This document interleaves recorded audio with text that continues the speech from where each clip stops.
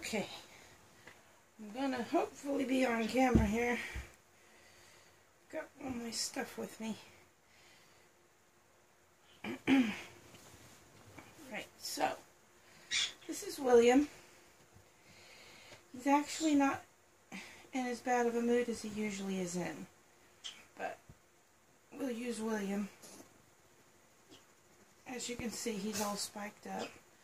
I'm just touching him lightly.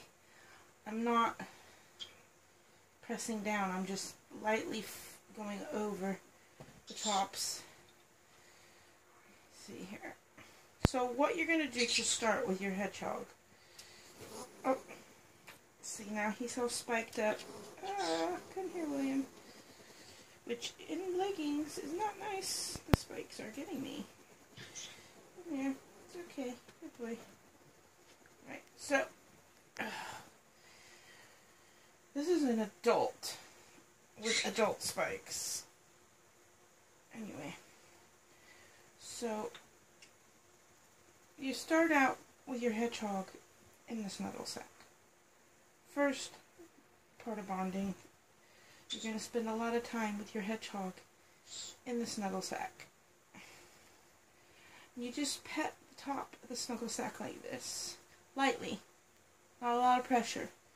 And what this does is this makes your hedgehog get used to something touching the top of them.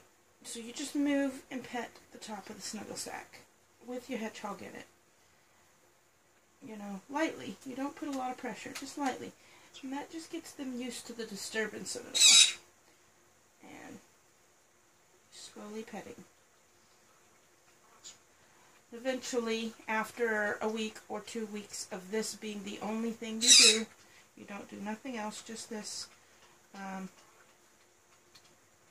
we'll go to the next stage. See, he's hissing me now.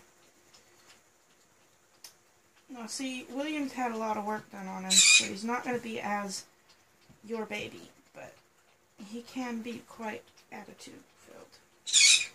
Right, so if you hear him, he's all spikes right now.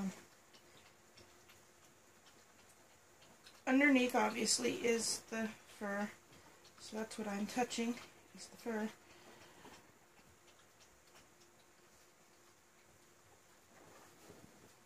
And I'm not putting, I'm not grabbing or putting pressure, because then it would hurt a lot.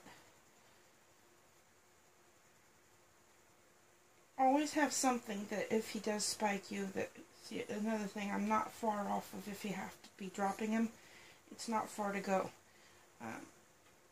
So then the next stage is the snuggle sack with him out of it, and you're just lightly petting the top. You're not putting a lot of pressure again, you're just getting them used to the touch, and if they jump when you do that, so be it. You just keep going. As you can see, he's spiking up again. This is a very difficult hedgehog. He's actually being quite tame tonight for us, which isn't really conducive to me showing you the things I wanted to. But he is spiky, this one, and hissing me. So you just lightly pet, lightly touch. And if they hop up, so be it. You're going to get spiked. You're going to have to get used to that. That's part of it. But one secret to being spiked is,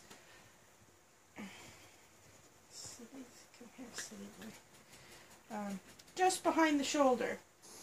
Don't go in front of the shoulder or up to the hood. Stay behind where the shoulder blades are, because that's a better place. That's a safer, nicer place. Up here is going to get them really angry and upset, and they'll hop. See how he's hopping? He's not hopping probably as bad as yours does, but come here. Let me get this other thing. Right. It's okay to use cloth. It's okay to use fabric. It's okay to use whatever you need to be handling your hedgehog.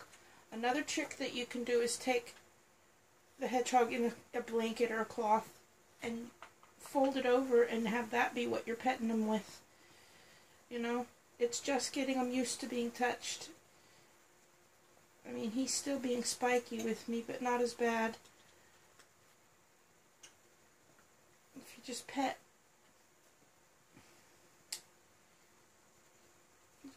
with the actual fabric. If you pet with the actual fabric, again, behind the shoulder blades, this is making him get used to a little bit more firmness, whereas without it, we're just lightly going over. With it, we're able to put a little tiny bit more pressure, even fold it over a few times, and use that to get them used to being touched. In the beginning, it's not going to be this easy in the beginning, but just fold it over itself and use that so that your hand isn't getting spiked. And it's a better method than your hand to start with. Obviously, eventually you'll want to use your hands. Some I've got hedgehogs you could not use your hands with, so it's not unheard of. But just to give it an attempt while he's still young, you know. Like he's in a towel or something and you're drying him off. Just pretend like that. And see, he's spiking up on me now because I'm not letting him go where he wants to go. And I'm telling you now, these adult spikes are not good. I mean, these adult spikes are huge, if you can see. These adult spikes really hurt. So it's good to get used to it now while yours is little. So anyway, so underneath I'm holding him, and on top I'm just rubbing him with this. And that's just getting him used to the whole idea of being touched. And I'm putting more firmness in this method than I am the other two methods I showed you. This method, after you've already done the other ones, this one's getting him used to it, having that bit more firmness added to being petted. There's our fatty. This is William. Isn't that right, William?